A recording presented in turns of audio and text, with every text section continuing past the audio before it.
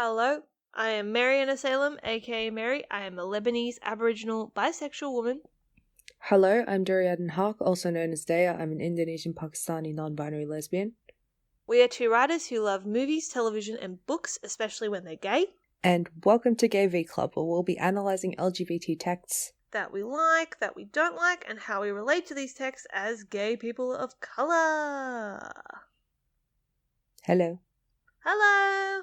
We hope everyone is being safe and everyone is doing their best in this time, whatever that means to you.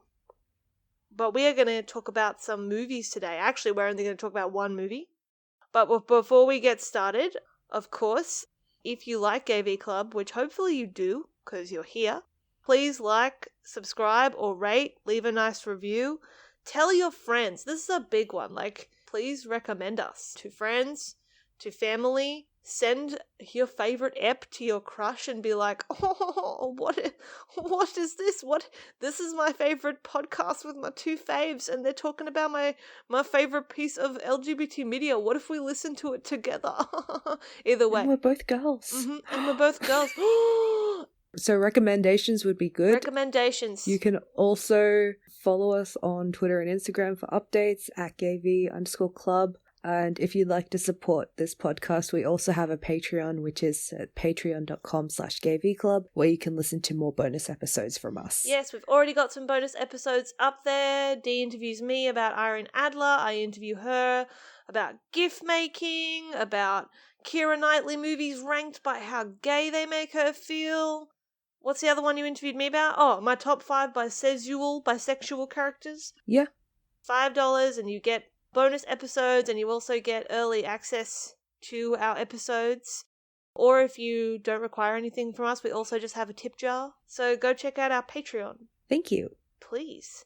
So what are we going to talk about today, Dee? Today we are going to talk about Céline Sciamma's 2019 masterpiece, which is Portrait of a Lady on Fire. Woo, woo, woo. Oh, man, what a film. It is a French film set in 18th century Brittany, where Marianne, a painter, played by Noémie Merlan, is commissioned to do the wedding portrait of Eloise, played by Adèle Haenel, a young woman who has just left a convent. Has she just left the convent? Yeah, bro. Oh, I missed that detail. Okay, cool. Her sister dies, and so she has to leave the convent so that she can be the married-off daughter. Oh, I never connect those dots. Anyway, continue. Thank you. So yeah, Eloise is a reluctant bride-to-be, and Marianne must paint her without her knowing. She observes her by day to paint her secretly. Ooh. and then they fall in love. Yeah. And it's beautiful. I remember when this movie was first announced, and Sciamma fans and Adèle Haenel fans, we were really like, oh my god, who's gonna be the painter? Who's gonna be the lady? What's gonna happen? Because we knew the cast, but we didn't know who was playing who. Oh, cool. For the longest time, we were hoping actually that Adele would be the painter, but alas. Look, when this film was announced, I didn't pay attention because it's French. Quite honestly, I have prejudice against the French because they colonized so many places, including Lebanon. So when this movie was announced, I didn't pay attention and I wasn't aware of it. And I will say that with my whole chest. Even when I looked at the Sydney Film Festival program, I wasn't sure if I was going to see it because it's French. I know. I have the same criticisms towards France, but I really love their cinema. It's so hard for me to get you to watch some of my favorite films because you won't, because they're French. Sometimes they're not even French, they're just speaking French, and you're just... No, but... It's hard, bro. Do you know how... I'm trying... Do you know... I need you to watch Mummy by Xavier Dolan, and you won't. It's so funny. They're Canadian, bro. I like to call myself a vicarious Xavier Dolan fan because I don't watch any of his films because they're in French, but I love him because he's Arab and gay, so I gotta stan. But it's just hard because you'll be like, oh, watch this movie, and I'm like, it's in French, I'd rather die. And you're just like...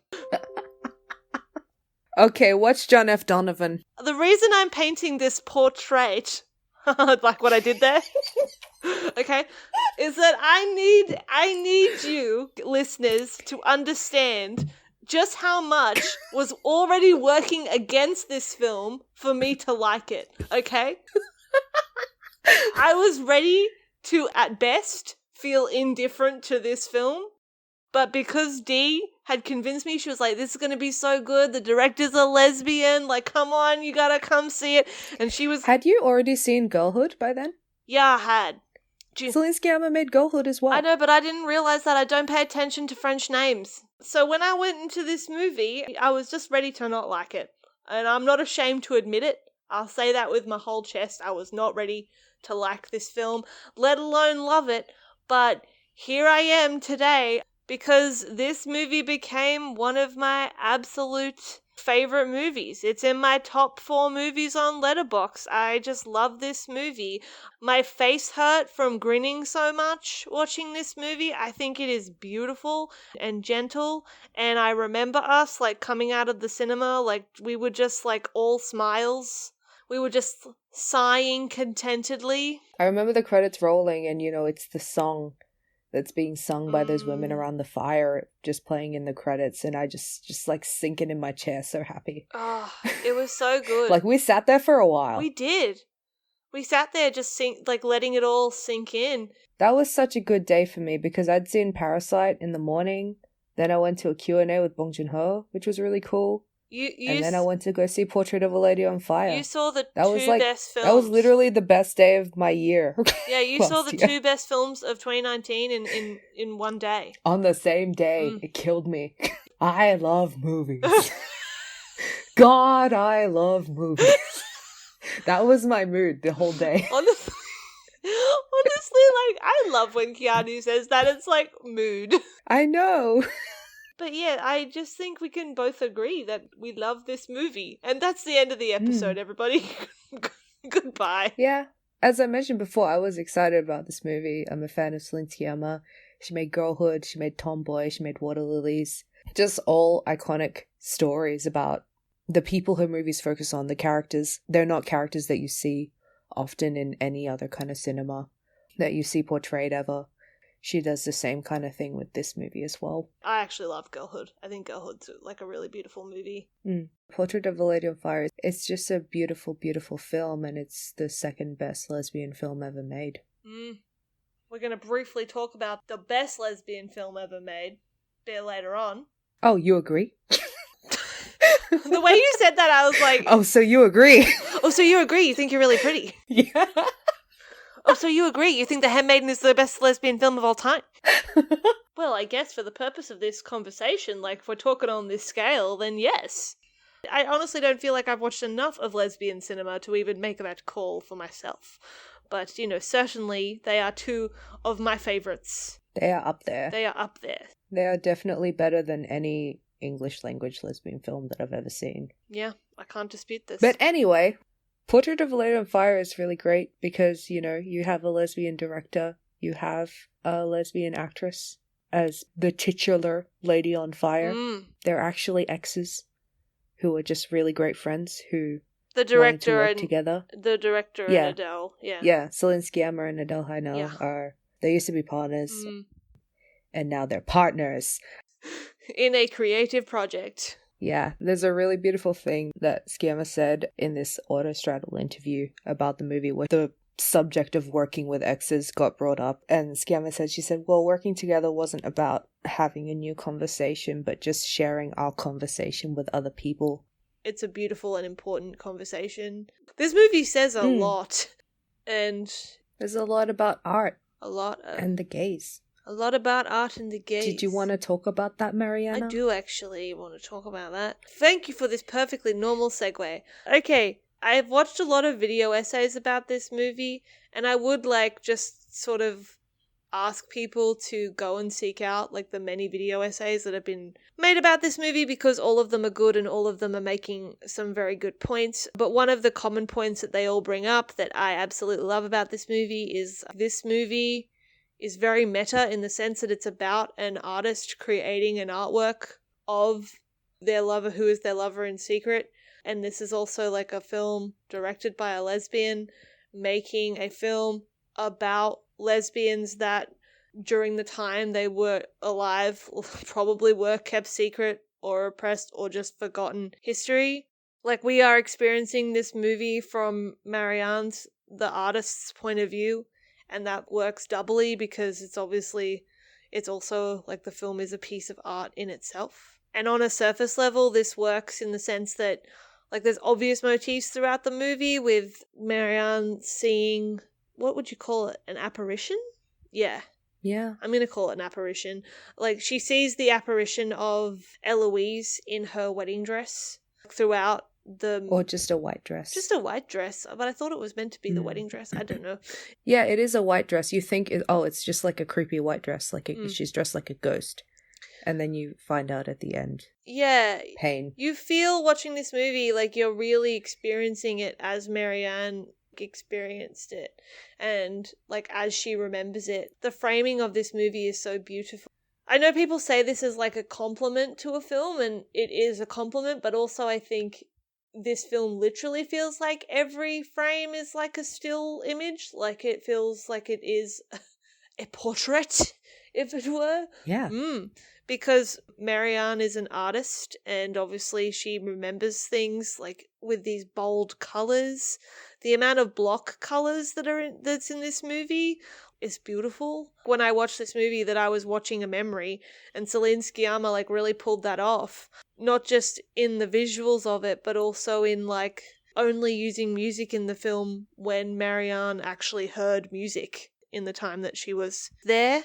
And so, yeah, everything we feel in the film is sort of meant to be how Marianne felt it at the time. Yeah. And it really... It's really, like, impressionistic. And I didn't realize this until the second time I watch it, but there's no scene where Marianne isn't present. It's just her. Like, it's just her story. I had a weird made-up memory in my head that there was a scene with, like, just Eloise. And when we watched it together not too long ago, I was like, oh, I made this scene up in my head. It's not actually real. I don't know. Maybe it was. Maybe it was in the first cut that we saw. Maybe. There's definitely been a change since.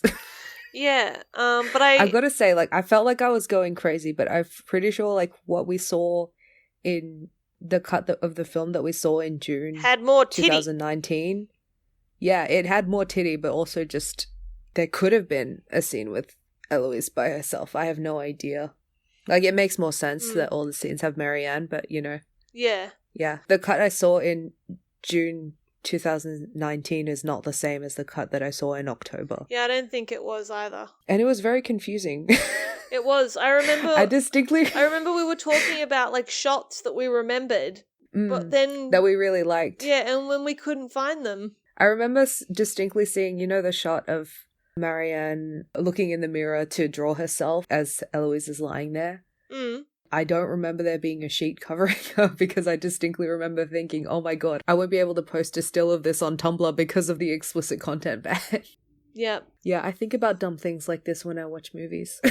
Not titties. Female presenting nipples. Yeah. I know it feels like I went all English teacher for a second and I was talking about motifs and visuals. And now we're talking about titties. But bringing back to the point I was making before we got distracted by titties, I love looking at the way films use perspective. I think a lot of films are actually quite lazy with perspective, and films are just sort of presented like, here are some events. And I really love when a filmmaker has like made the effort to be like, this film is from this character's perspective, and everything you're looking at is how they perceive the story. It's not just the story, it's like their perception of the story. And I really love this movie because it's such a specific perspective that you're seeing, and because she's an artist, it's just beautiful, the use of perspective in this film. I just love it. But the main reason I love this movie is because through this use of perspective, and specifically like through this use of a story that's about memory, it's creating lesbian history. It's creating history for a group of people that is traditionally quite hidden and repressed. and even destroyed. We know a lot of LGBT history has been destroyed quite deliberately or just lost. And I think that's one of the reasons why films like this are so powerful. Like, I think about other films that sort of deal with this topic in different ways. I think about The Watermelon Woman, where Cheryl Dunye, that's a documentary, and honestly I was shook when you find out that it's like a fictional documentary, because I thought it was real. I was like, oh, but the whole thing with The Watermelon Woman is that Cheryl Dunye is creating this persona of a black lesbian actress who isn't real, but sort of represents all the black lesbians that we may not know about that existed in that time and in that space.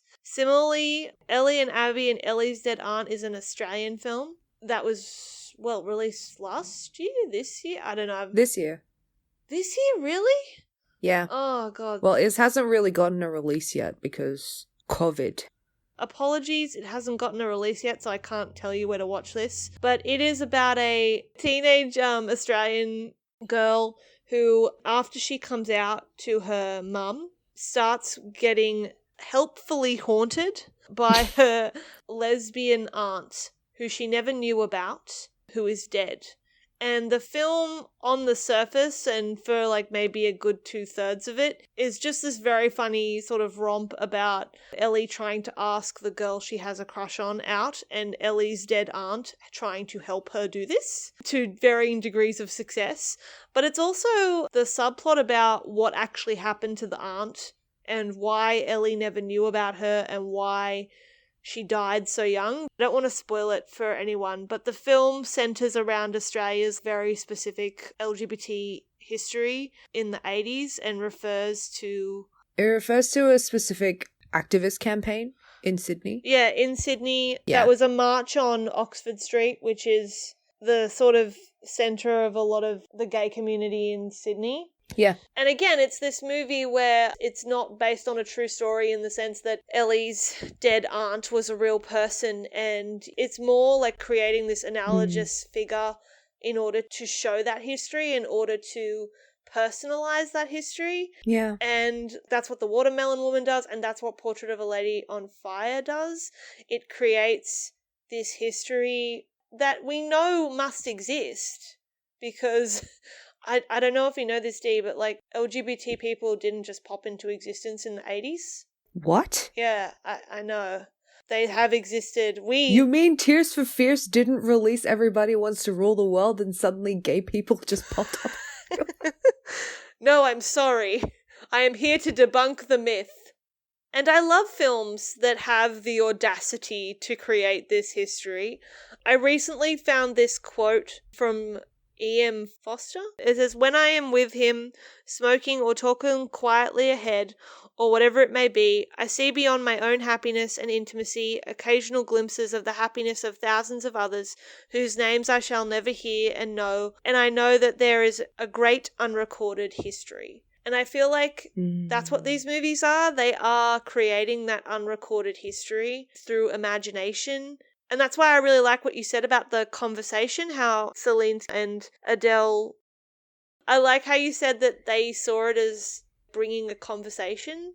Sharing that conversation. Yeah, because I feel like that's what these films are. And I feel like this is the reason why this movie feels so personal to lesbians and bi women in a universal way, despite it being about two very specifically white and young French ladies on a freaking island. I don't even know where they are. I don't know where Brittany is. What is that?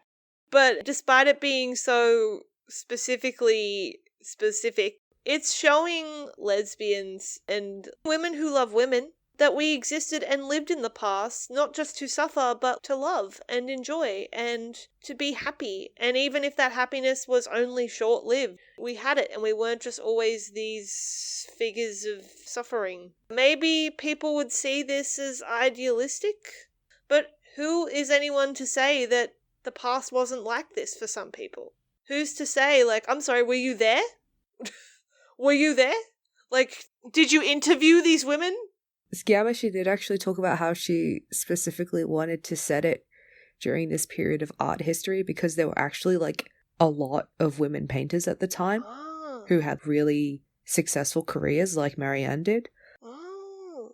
She has this quote. She's like, we're always being told about women's progress and women's opportunity, that we're getting there, but it's not true. It's cycles. And we can see it today, and we experience the backlash also. And she was talking about how there was actually like a really strong female critic scene, art scene at the time that we just didn't know about. So it's also like bringing that hidden history to the forefront. Another thing that you want to say, like, about people considering this film as being idealistic, I don't know. I don't think that's been the criticism for it, because it's been very...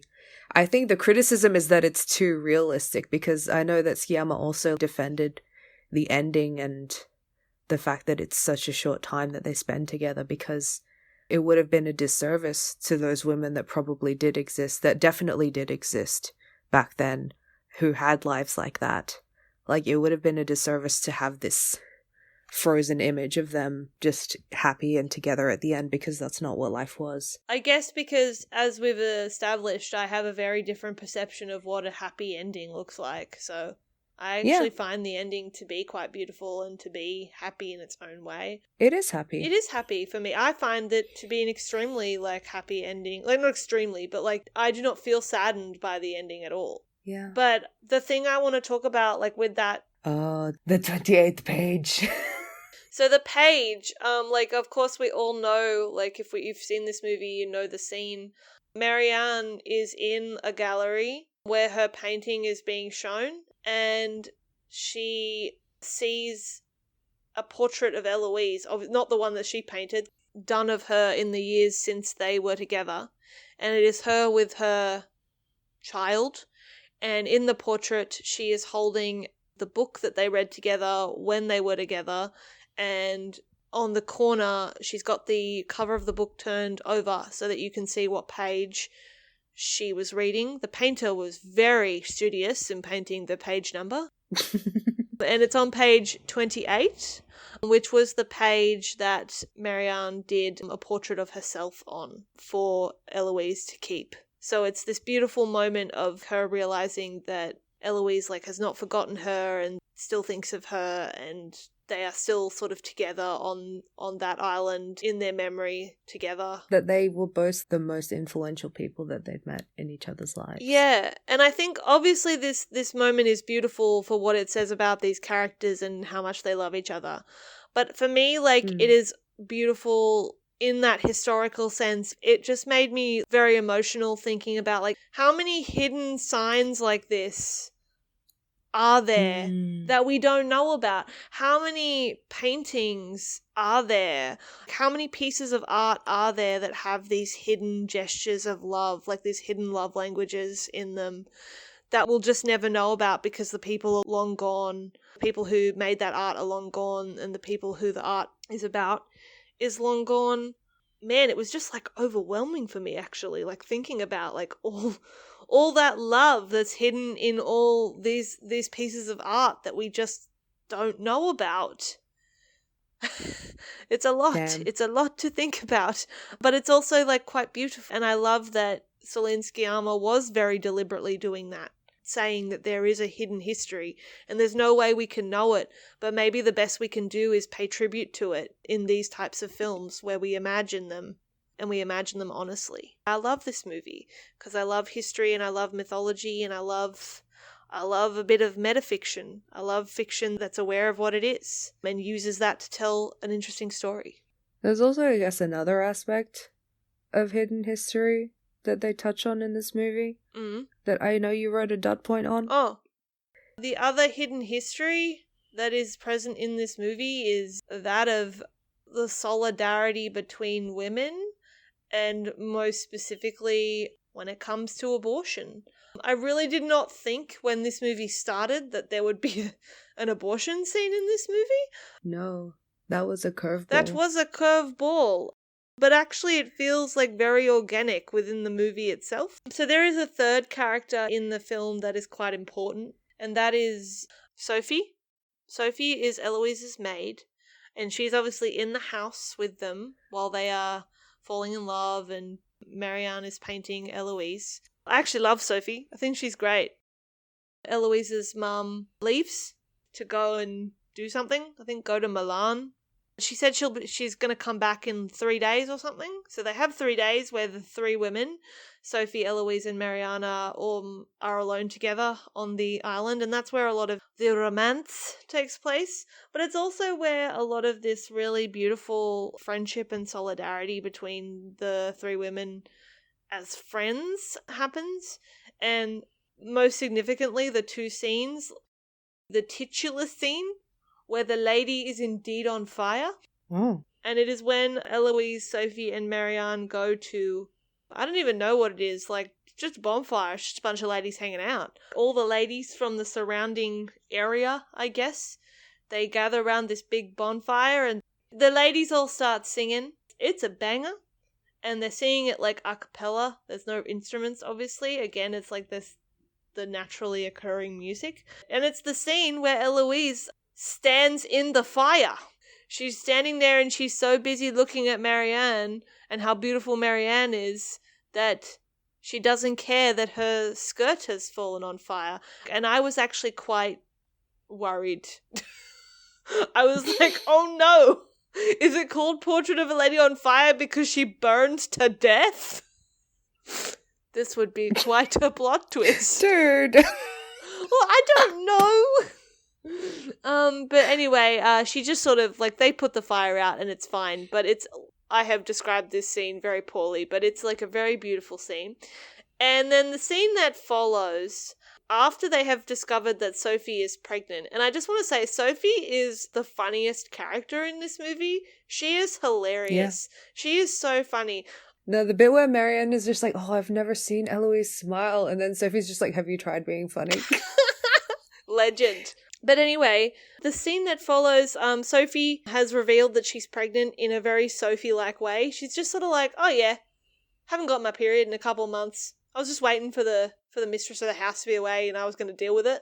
And Eloise and Marianne are like, oh, we'll help you. So instead of like, I don't know, even bothering with the debate of, oh, like, Sophie, you should keep this child. Like, no, they don't bother with that. They're like, we got you.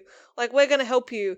And it's just a sequence that follows of them trying out all these home abortion, DIY abortion things that they've, I don't know, probably heard. And, like, these are things that, like, women did. Yeah. Back in the day. I recognized it because... You have a fascination with this kind of thing. I don't really, no. It just happens to be in a lot of things I watch. Oh, okay. In Penny Dreadful Season 2, when Vanessa, like, goes and spends time with the witch lady on the moors, she, like, performs abortions for, like, the girls, like, that come to her. And there's a scene where she's walking with Vanessa, like, through the woods, and she lists out all the things that they try to do. You know, they'll try running, they'll try hanging upside down, they'll try doing all this. And so that's why I remembered that scene and I could recognize that they were doing that. Yeah, it's not that I have a weird fascination with abortion in movies. That would be weird. I don't think it's a weird fascination. It's just a fascination because this is not something that people really talk about. Yeah, I guess it is. Anyway. I guess it is, though, because, yeah, like you said, like, people don't really talk about it. And I love that it was presented like that in the movie. I love that it was presented in the fact that Marianne and Eloise, like, weren't judging her at all. They were just like, okay, like, we'll help you. Yeah, because for Sophie, that would have been, like, a really horrible thing to happen to her. Oh, given, God. like, her status. Yeah. As well. She would have lost her job and, oh. Also, like, something that I really love about this movie is the power dynamics. Yeah. And Sciamma, like, she said this thing, she's just like, I'm going to make you guys watch a movie where there's no men, and so you're gonna be watching a story with a power dynamic that you're not used to seeing. And yeah, I really love it. Like, as you said the other night when we were watching it, you're like, I love this representation of, like, what girls do when mom isn't home. Yes, literally. I feel like it is the most accurate representation I've ever seen, like, of just what gals get up to when their mums aren't around. Like, it's not that it's not that drastic. Maybe it doesn't feel that drastic what we do. It's just like, oh, okay, mum's not home. We're gonna help our friend, like, abort her baby. Yeah. You have, like, a film about these three women in a house, and they're from, like, very different walks of life, and they're just together and they're on equal ground, not just in the romance, but yeah, you know that shot where it's Eloise cooking and Marianne is, I think she's drawing or something. Yeah. And Sophie is just, like, doing cross stitch and sewing. Yeah. And it's like a total role reversal. It is. Yeah, that's cinema. It's so beautiful. Poetic cinema. The abortion scene itself, though. Oh, yeah. It is, like, breathtaking. Dude. That's a weird thing to say about an abortion scene, but honestly, it is just incredible. That baby, where is its Oscar? Did you tell me, Dee, that, like, the baby just did that in the scene? Yeah. There was an interview with Sciamma where they were like, how did you get the baby to do that? How did you get the baby to hold on to her to, like, wipe her tears? And then she's just like, no, the baby just did that. So we had to use that take. All you see is Sophie lay down. The shot is, like, from above her, and it only shows, like, her from the chest up. And in the shot with her is also, like, this woman who's performing the abortion, like it's, like, her baby, is also on the bed with Sophie. And Sophie's crying, obviously, because she's in a lot of pain. And the baby, oh my God, this baby, improvisation genius, wipes her tears. It is just stunning. I also like it because it's showing that she's not getting an abortion because she hates children or anything like that. She's getting an abortion because of her circumstance. And I think that's really powerful as well. So much power in this movie. But do you want to talk about the power dynamics now? It's not really like a whole thing that I wanted to talk about. I think it's good to talk about. I like that this is a movie about two women who are like it's actually very rare in lesbian cinema in a romance for the women to be the same age. And when casting this movie, they specifically chose actors who were the same age, the same height even. I just hate age gaps, and I'm glad this movie didn't do that. Yeah. I'm a huge age gap anti, as you know. When Sciamma said, you're going to watch a power dynamic you're not used to, I think the age is a part of it because we actually aren't used to a lesbian story where the women are the same age. It's like so rampant. Age gaps and like predatory romances in gay cinema is so prevalent. It's horrible. Like you see it in Carol and Call Me By Your Name and a bunch of other movies, and I don't want to see it. Like, I know that it's incredibly normalized and it's normal and normalized in the community, but it really shouldn't be. And no. Yeah, I just appreciate media that doesn't do that. I also just hate how it's always so uncritically presented as well. No one's saying that this doesn't happen. Like, no one wants to, like, be that dishonest and say, like, this never happens. But, like, the fact that you have it in this movie and you're presenting it as this great love and this great thing that is so virtuous and so beautiful and so wonderful without critically engaging with the age difference that often exists between gay and lesbian couples on screen. Please, I'm begging you, grow a brain cell. Like, I'm honestly, I'm begging you, please. Yeah, that's all I wanted to say, really. I didn't want to make it a big thing, but I guess we made it bigger than I intended. But back to power dynamics you're not used to. The absence of men is also what creates this dynamic that we see on screen, because there are no men in this movie, really. There's not even men as an opposing force. You know what I mean? No, it's really just circumstance. That's what the opposing force is. And that, like, the circumstance, it is the patriarchy, it is men anyway, but, like, you don't have to see any men. When a man finally does show up in this movie, it's like, oh no. Like, it's genuinely scary because it's over. This movie is, quote unquote, like a manifesto of the female gaze, as people have been calling it. Not just because there's no men. Like, it's very unique the way that this movie is shot. Like, it's actually, like, you actually see the way women look at other women. The way lesbians look at each other. Yeah, it's wonderful. It is. It's genius. Oh, I hate the overuse of this word, but I can't think of a better one for the moment. But just the tenderness, maybe compassion is the better word. Like, that's also in the way that it's shot. I'm the empathy. The empathy that exists in the way that it's shot. The empathy that they have for Sophie when they're helping her. This movie is just so kind. It is. It's so gentle. And so open. Yeah. It's one of those films that I don't think is one of the films that a lot of gays love that is overrated. It is not overrated at all, which is, rare for me.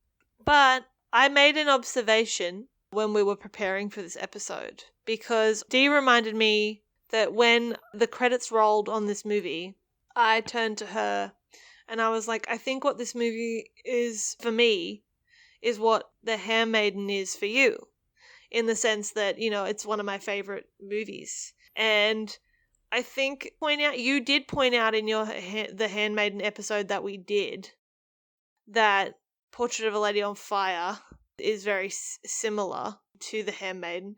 And the way I phrased it last night was Portrait of a Lady on Fire is like an acoustic cover of The Handmaiden. And if you would like to speak to that, I would love to listen. Yeah, okay. I don't mean this as like an insult to Portrait of a Lady on Fire. Like, I love both films.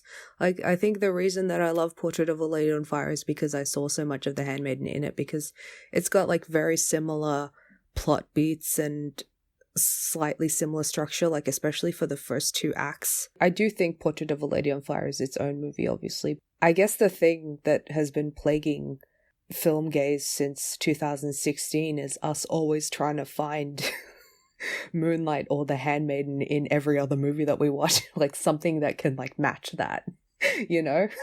So I guess I made these connections because Portrait of a Lady on Fire, like The Handmaiden, you know, it's a period drama about this high-ranking lady who lives in a very isolated place, who ends up getting a companion who is another woman who is there for ulterior motives, but ends up falling in love with each other. So that's a link that I found. Also, there are just a lot of very similar shots. Oh my god, even I, who have not seen The Handmaiden anywhere near the amount of times that you have, but even I could see the similarity in the shots. I was really like excited like when I first watched Portrait of a Lady on Fire, because I was like, oh my god, The Handmaiden's impact.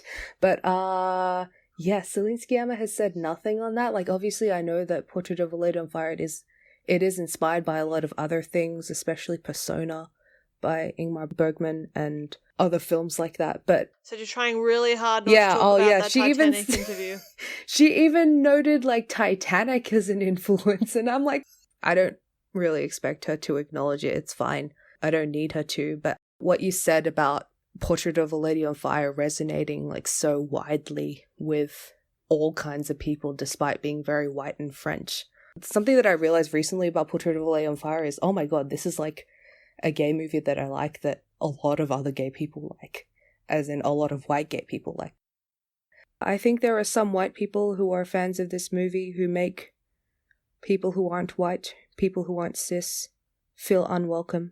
Yes. Even like as an audience member of this movie, whether you're in a cinema, whether you're online, whether you're at a festival. And I don't like that. I don't normally have that kind of film experience because so much of the movies that I am obsessed with are like focused on people of color or made by people of color. But yeah, being put into like this white space and being made to feel that this movie can't possibly be for me, it's a bit sad. And I know that that's not what Sciamma is saying. Like, this movie is for everyone. I just think that certain audience members need to stop just being awful. Yeah. I just think white people should stop. And end of the episode. We always talk about how specificity is really good because specificity and being more personal is more powerful. And once you actually get into a specific mindset, you can make something for everyone. And I think that's what this movie is. But also, like, this movie is not the only movie that's doing that. No. That's what I want to say. And if you can empathize with some 18th century lesbians in an isolated island in Brittany, wherever the hell that is. Literally, where is Brittany? You can empathize. Is this the Brittany people want to free? With movies about people of color. Thank you. Yes. Okay. I do want to add, though, I was talking about hidden history and how this is showing a hidden history. I meant sort of like in the revealing of that hidden history is where it's universal, not necessarily in what it's showing you. You know, I feel like I think what it's showing you can be universal as well. Yeah, true. But I also think... Like, the experiences. I also think, like, when people... The concerns of these women. When people have asked me, like, oh, I really like Portrait of a Lady on Fire, like, what else can I watch that's like it? Like, I don't know, like, I have, like, suggested The Handmaiden to people. I'm like, well, if you haven't seen it, you should watch The Handmaiden, because it did a very similar thing, like, 4 years ago, and no one really... Well, not no one, that's not true. Like, a lot of people paid attention, and it was, like... a very, like, well-awarded film. But it has all this baggage to it. It does have all this... that this film avoided. Yeah, and that's why I said, like, Portrait of a Lady on Fire is, like, an acoustic cover of The Handmaiden. Because it's The Handmaiden without all the baggage, which, you know, is fine. And I've talked about how, like, I, too, love both films. I do think as well... This movie is very palatable, but I also think that's a very deliberate decision in it as well. And different filmmakers can present history in a different way, and I do think it's sort of, I don't want to say it's bold, but like, it is kind of bold to be like... It is bold, It is though. bold to be like, these ladies had a nice time, okay? They had a nice time. They had a wonderful time. They had the best time of their life, and that time ended. That's the most important thing, that time ended. That's the boldest thing about this movie, is that time actually ended, and it wasn't treated as a horrible, tragic thing. And here's where I'm going to link to your point. To be able to say that these ladies had a nice time, there's a lot of privilege in the boldness of that statement. Like, to be able to look back in history and say, hey, these white women who were in love with each other, they had a nice time. That is not a privilege that would have been true of, like, lesbians of colour at the time. Or even lesbians who were gender non-conforming. As we know from flippin' Gentleman Jack in, like, the diaries of, what's her name? From Anne Lister. Yeah. The Ladies of Llangollen and things like that. So I do think to be able to look back in the past and be able to imagine yourself having a nice time in the past is very much a privilege that you have. I don't think there's anything wrong. Like you said, I don't think there's anything wrong with this movie being nice.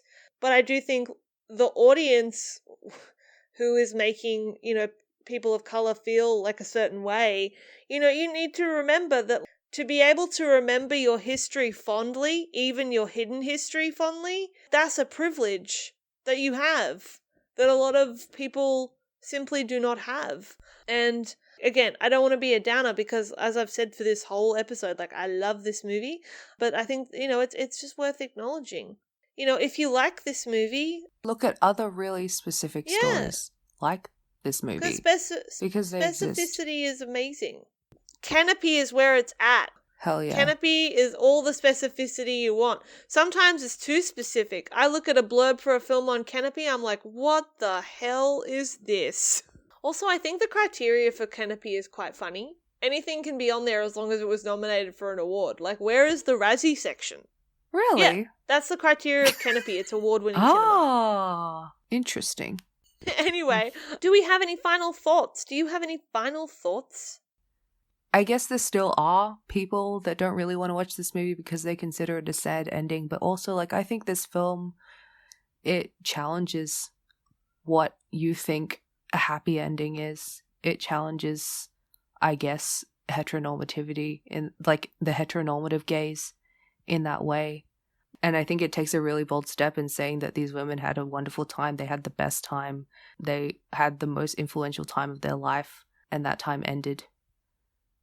Because... As Céline Sciamma said, and completely, like, blew my mind when she said it.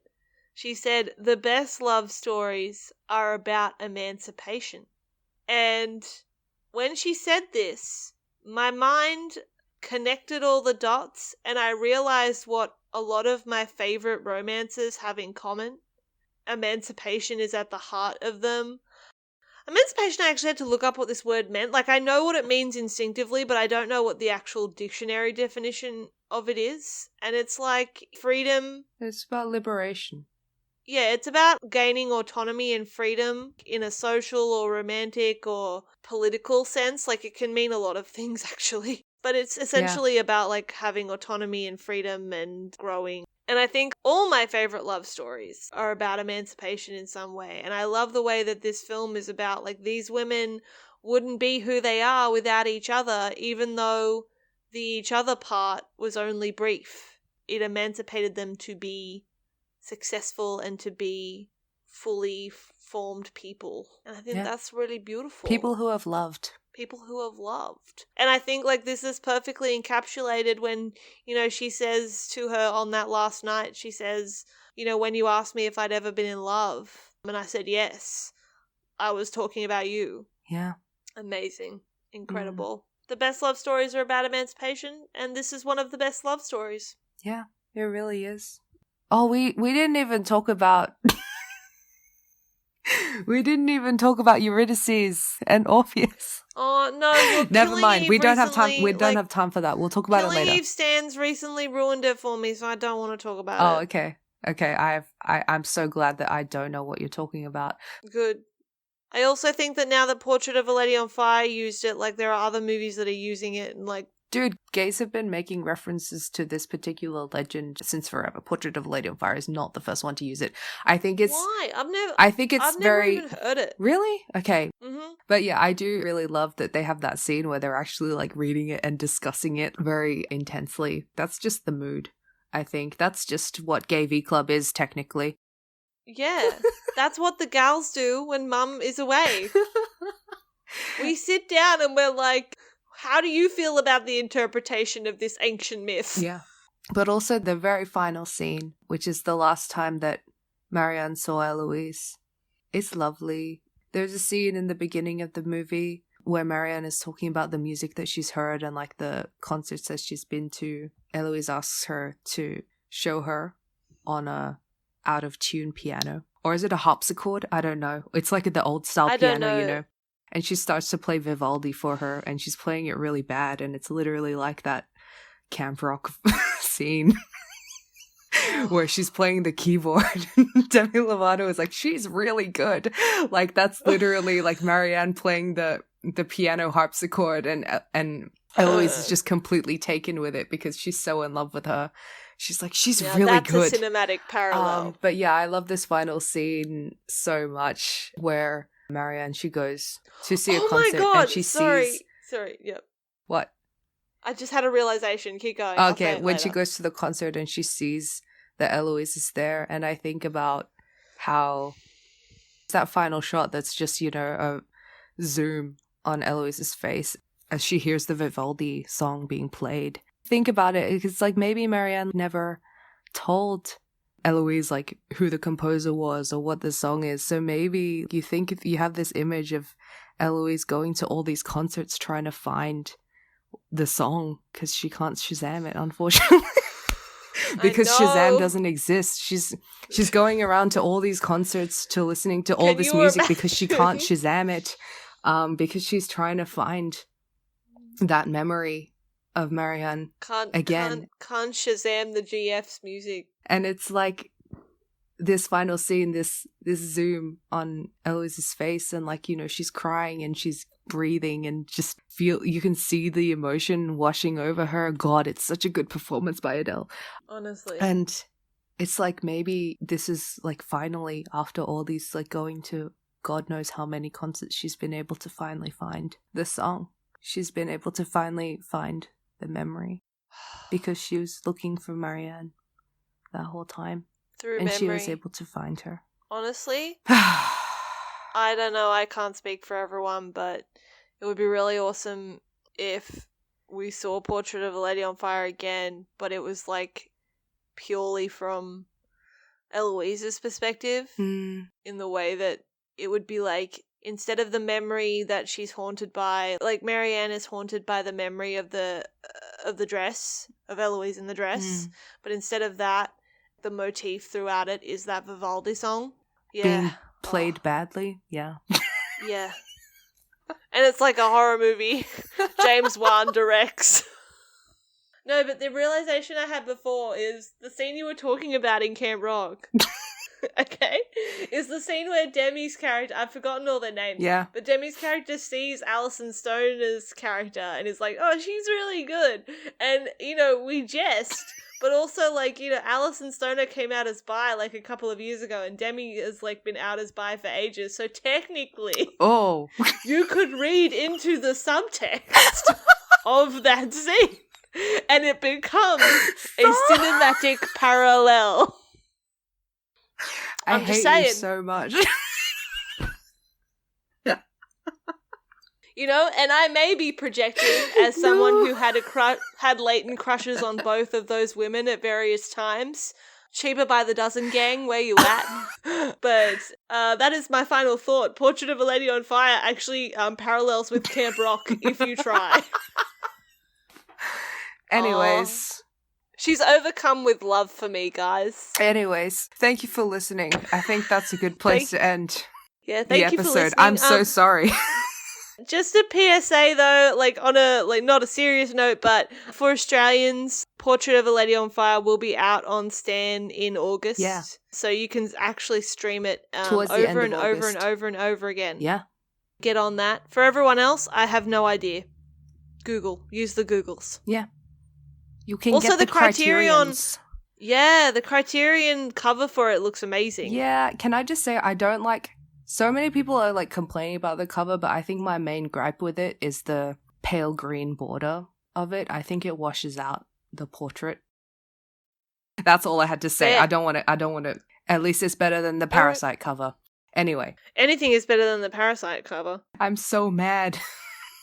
But yes, thank you for listening. Thank you for listening. Again, please like, subscribe, rate. Follow us on Twitter and Instagram at @GayV_Club. Please support us on Patreon. Mm-hmm. Which is just at GayV Club as well. Usually we do our volumes in 6 episodes, so usually this would be the last episode of the volume. But I've decided time is stupid. Yeah. Also, The Last of Us 2 came out, and Mary has some thoughts, and I do. I'm not even finished, and I already have thoughts. I have some thoughts, and remember our friend Will that came on to our Star Wars episode? He also has some thoughts, so we're going to talk about it in the next episode. He does. And he's actually very excited. And we're very excited for this. So... Yeah. So, yeah, we're going to, sneaky, but not sneaky. It's not sneaky. It's on a public forum, but, I had the way, how, white women be like, oh, it's a cheeky little, chocolate, I say that, but it's a cheeky cigarette. Yeah. It's a cheeky cider. Anyways, it's a cheeky. But yeah, gallon it's a cheeky extra episode that we hadn't planned. But actually, we did have it planned. It's just they haven't finished playing it. I'm sorry. So this is technically a filler episode, but whatever. No, it's not. It's not. We did want to talk about it. We're going to talk about this movie for ages. Yeah, it's nice that we actually ended up talking about one of the things that we said we would talk about this volume. I know, but then so many things happened, that we had to talk about. But yeah, please tune in next episode for our review of The Last of Us Part 2. But yes, thank you. Be safe. Love you all. PSA, wear a mask. Please wear a mask when you're out in public. Or even better, just don't go out in public if you can. Yeah, wear a mask. Much and be wary of each other. Social and distance respect each if you other. can. Mm-hmm. Thank you. Goodbye. Bye.